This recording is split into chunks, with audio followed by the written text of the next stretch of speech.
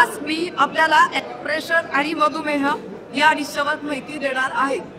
जगामध्ये बिना औषधाने आपण बरे होतो हे मला माहिती आहे का? मला माहिती आहे की हा बिना औषधाने आपल्याला काही आजार झाला की दवा खाना। तर आता आज आपण कसं बघणार आहोत दवा न खाना। तर ह्या क्षेत्रामध्ये गेली 30 वर्ष मी काम करते। महाराष्ट्र काउन्सिल ऑफ ॲक्युपंक्चरची मी प्रोफेसर आहे आणि मी बऱ्याच आता माझा 61 वय आहे। आज सगळ्यांना मी प्रेझेंट दिलेला आहे। हे माझा पुढच्या महिन्यात बर्थडे म्हणून मी आधीच प्रेझेंट दिलेला आहे आणि मी आता सोशल वर्क चालू केलेला आहे। मोस्टली आमच्या एरियामध्ये नगरसेवक आणि लोकांचे जेव्हा बर्थडे असतात नगरसेवक आणि खासदार तर त्या ह्याच्यामध्ये मी कॅम्प घेते आणि मी फ्री ऑफ चार्ज मध्ये तिथं 50 लोकांना एकाला ट्रीटमेंट देते। Acupuncture acupressure cupping. तर कपिंग मध्ये ह्याच्यामध्ये टॉक्सिनेटेड ब्लड तर कुणी कोंबडी लावणं हा प्रकार बघितला असेल ऐकला असेल तर ते तेव्हा हायजीन नव्हतं, पण आता हे आपल्या हायजीनिक रूपामध्ये कपिंग लावून व्हॅक्यूम तयार करून त्याच्यामधून खराब रक्त काढतो। तर आज आपल्याला एक चार्ट दिलेला आहे। मी चार्ट दिलेला आहे तो चार्ट प्रत्येकाने काढा। प्रत्येकाला चार्ट दिलेला आहे। आपल्या संपूर्ण शरीरावरती आपल्या मेंदूवर आपल्या कानावर आपल्या पायावर वेगवेगळे बिंदू असतात।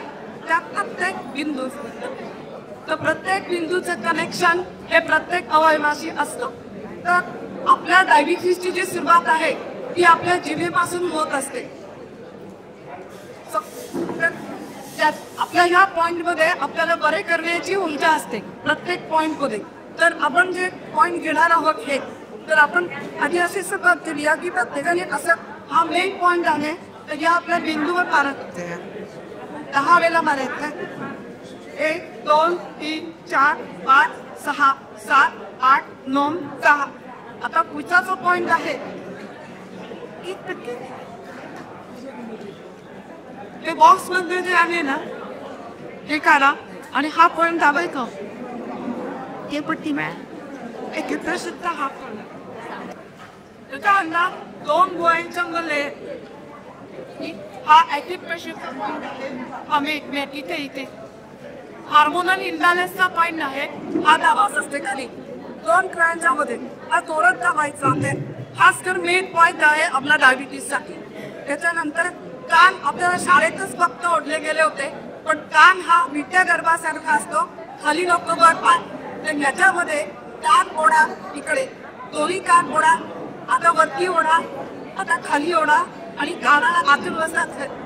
कानावर बरेचसे जे पॉइंट आहे हे पेन किलरचे पॉइंट आहे जे आम्ही रोजच्या प्रॅक्टिस मध्ये घेतो आणि त्याच्यातून माणसाला खूप बरं वाटतं, जसं की संधिवात बघ।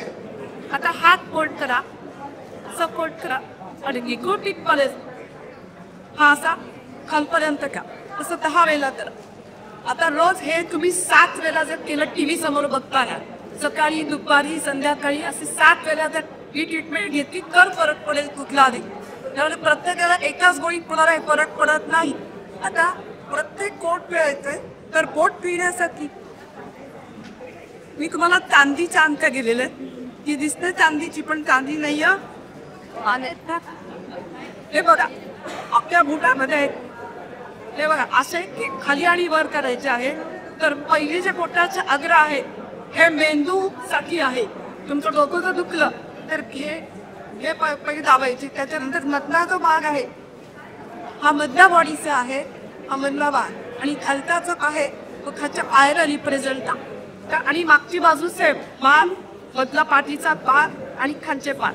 तर हा जो तुम्हाला दिला ही अंगठी अशी खाली वर अशी सगळ्या बोटांमध्ये करायचे। त्याचप्रमाणे जास्त हाल आपल्याला ब्लड शुगर झाली की आपल्याला तळ पायाला डायबिटिक आपल्याला न्यूरोपॅथी होत, तर तो आपला संबंध तुटू नये पायाशी रोताचा म्हणून आपल्याला खेळ दिलेला आहे।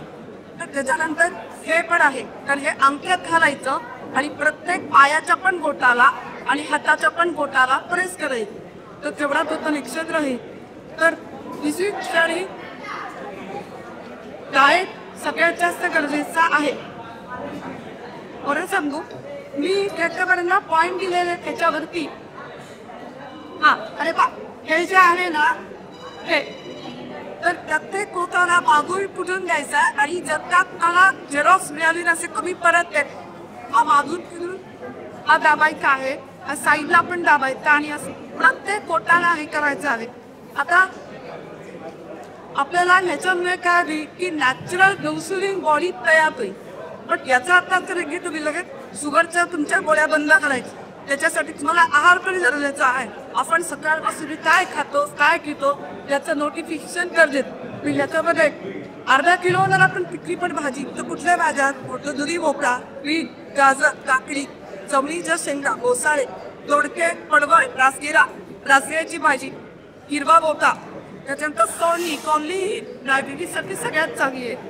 श्रावण केवडा, वेल्डी, कासरी आणि मटार.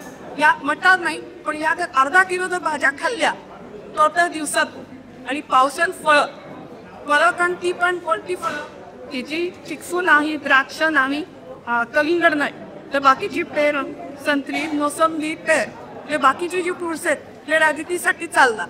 तर ते तुम्ही अर्धा किलो ने खाल्लं तर आपल्या शरीराचा अल्कली जो आहे तो वाढतो आणि आम्लता कमी होते. आता पिठांमध्ये लो ग्लायसेमिक इंडेक्स, पिठांमध्ये कुठल्या धान्यांचा लो ग्लायसेमिक इंडेक्स आहे तर राजगिरा पीठ, तसेच राजगिरा भाजीपाट, शिंगारा पीठ, खपली गव्हाची कोळी आपण रोज जर खाल्ली तर त्याचा ग्लायसेमिक इंडेक्स लो आहे. म्हणून खपली गव्हाची कोळी, जरी खपली गहू महाग असला तरी पण आपल्या इकडे औषधाला पैसे जातातच. मग आपण जर खपली गहू खाल्ला तर काय आहे त्याच्यात खपली गव्हाची कोळी सगळ्यात उत्तम आहे, त्याचा लो ग्लायसेमिक इंडेक्स आहे. त्यानंतर ज्वारी, नाचणी, ओट्स आणि किनोवा आणि भगर त्याचा ग्लायसेमिक इंडेक्स लो आहे. त्याच्यानंतर आपण सगळ्यात जास्त कार्बोहायड्रेट खातो काय ते संध्याकाळी चुरमुरे, त्यानंतर 2 चहाची बिस्किट चहा बरोबर, सकाळी 2 चहाची बिस्किट आहे तर ती न खाता दिवसातला आपल्याला कार्बोहायड्रेट जर आपण कमी घेतले तर शुगरची गोळी किंवा काही घ्यावं लागत नाही. इन्सुलिन निर्मिती आपल्या ब्रेनला कमी द्या. तुम्ही इन्सुलिन वरती घ्यायची गरज नाही.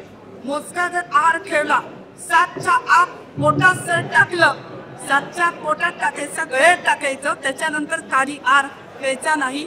दिवसात त्या चपात्या किंवा भाकरी किंवा मुंगुरे यांचं प्रमाण कमी करायचं, बिस्किटाचं बंद करायचे आणि जर आहार ठेवला आणि त्रिसूत्रीयाकडे जर फायली ॲक्युप्रेशर जर ठेवलं होतं तर मला असं वाटत नाही की तुम्हाला परत इन्सुलिन घ्यावं लागेल किंवा आणि काही घ्यावं लागेल.